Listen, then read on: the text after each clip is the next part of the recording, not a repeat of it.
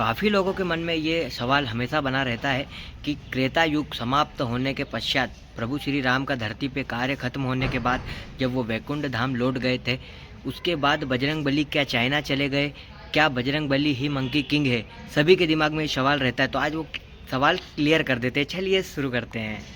पहले बात करते हैं हम बजरंगबली के बारे में, जिनको कि कहा जाता है पवन पुत्र बजरंगबली, महावीर बजरंगबली, संकट मोचन। सभी जगह भाई बजरंगबली आते हैं। आपके संकट में याद करो बजरंगबली आएंगे। आपके हर तरह की समस्या दूर होती है सिर्फ बजरंगबली को याद करने से। बजरंगबली का ना तो कोई आकार का अनुमान लगाया जा सकता है, ना उनकी बुद्धि का अनुमान लगाया जा सकता है। उनका आकार इतना हो सकता है जिसकी कोई सीमा नहीं है, और उनकी बुद्धि और दिमाग तो आपने देखा ही है। केसरी नंदन बजरंगबली को मंकी किंग के साथ जोड़ा जाता है। तो कैसे जोड़ा जाता है? क्योंकि मंकी किंग भी एक वानरी ही है और उनकी भी शक्तियाँ कुछ कुछ सेम है। जैसे कि बजरंगबली बहुत बहुत लंबी छलांग लगा सकते थे, वैसे ही मंकी किंग भी बहुत बहुत लंबी छलांग लगा सकते हैं। जैसे बजरंगबली के पास उनकी गदा होती थी, वैसे ही मंकी किंग के पास उनकी एक छड़ी होती थी। और जैसे बजरंगबली सिर्फ प्रभु श्री राम की आज्ञा से चलते थे, वैसे ही मंकी किंग भी बुद्धा की आज्ञा से चलते थे। जो बुद्धा बोलते थे वही मंकी किंग करते थे। और बजरंगबली भी सेम टू सेम, जैसे ही प्रभु श्री राम की आज्ञा मिलती थी, बोलने के पश्चात कार्य हो ही जाता था। तो ये सिमिलरिटी देखने के बाद बहुत सारे राम भक्त या हनुमान भक्तों के मन में विचार आता है कि जैसे ही त्रेता युग में प्रभु श्री राम का अवतार खत्म हो गया था, पृथ्वी पे कार्य खत्म होने के बाद क्या हनुमान जी चाइना चीन चले गए थे और वही मंकी किंग है? तो इसका कोई पूरी तरीके से प्रमाण तो नहीं है, ना ही कहीं जगह लिखा हुआ है कि हनुमान जी ही मंकी किंग है। लेकिन अगर हम सिमिलरिटी देखें तो बहुत ज़्यादा सिमिलरिटी है हनुमान जी और मंकी किंग में। वही बचपन में मस्ती करना, उत्पात मचाना, जो कि हनुमान जी किया करते थे अपने बचपन में, सेम टू सेम वही मंकी किंग भी किया करते थे अपने बचपन में। लेकिन जैसे जैसे वो बड़े होते गए, वैसे वैसे उनको बुद्धि आती गई, उनको अकल आती गई, उस हिसाब से उन्होंने कार्य किया। और कहा जाता है कि बजरंगबली अपनी पूरी शक्तियों में तो आए ही नहीं थे, वरना लंका का काम पहले ही हो जाता।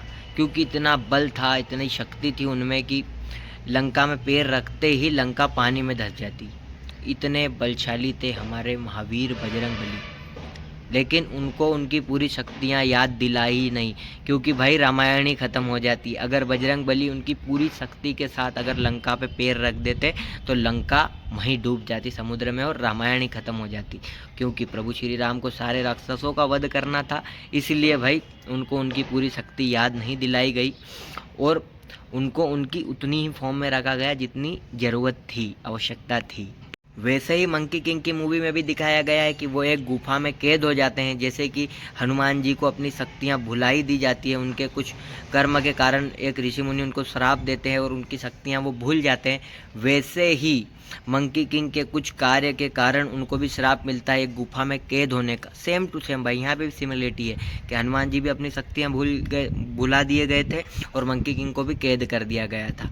तो उनको भी आवश्यकता पड़ने पर हनुमान जी को उनकी शक्तियाँ याद दिलाई थी। और मंकी किंग की भी आवश्यकता पड़ी जब दानवों का चाइना में पाप बढ़ गया था, तब मंकी किंग को बुद्ध ने आके स्वयं उनकी शक्तियाँ जागृत की, उनको गुफा से बाहर निकाला और उनको आदेश दिया। उनके आदेश पे उन्होंने कार्य किया और बुराई का नाश किया।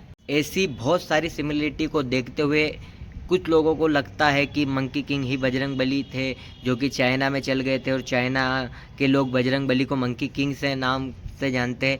लेकिन इसका कोई प्रमाण नहीं है कि बजरंगबली ही मंकी किंग है, क्योंकि ना तो किसी शास्त्र में लिखा गया है, ना ही चाइना की कोई बुक में लिखा गया है कि बजरंगबली ही मंकी किंग है। लेकिन हम हमारी श्रद्धा से देखें तो भाई हो भी सकता है, नहीं भी हो सकता है, क्योंकि सिमिलरिटी बहुत ज़्यादा है।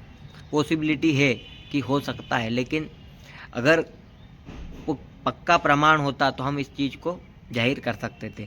लेकिन प्रमाण नहीं है। आपको क्या लगता है? आप अपनी राय कमेंट में ज़रूर बताना। इतना ही था आज की इस वीडियो में। जय श्री राम, जय बजरंगबली, जय श्री राम, ओम बागेश्वराय नमः। लाइक ज़रूर से कर देना। ऐसी और नॉलेज चाहिए आपको सनातन धर्म के बारे में तो कमेंट में बता देना अपनी राय, किस पे वीडियो बनाऊँ। जय श्री राम।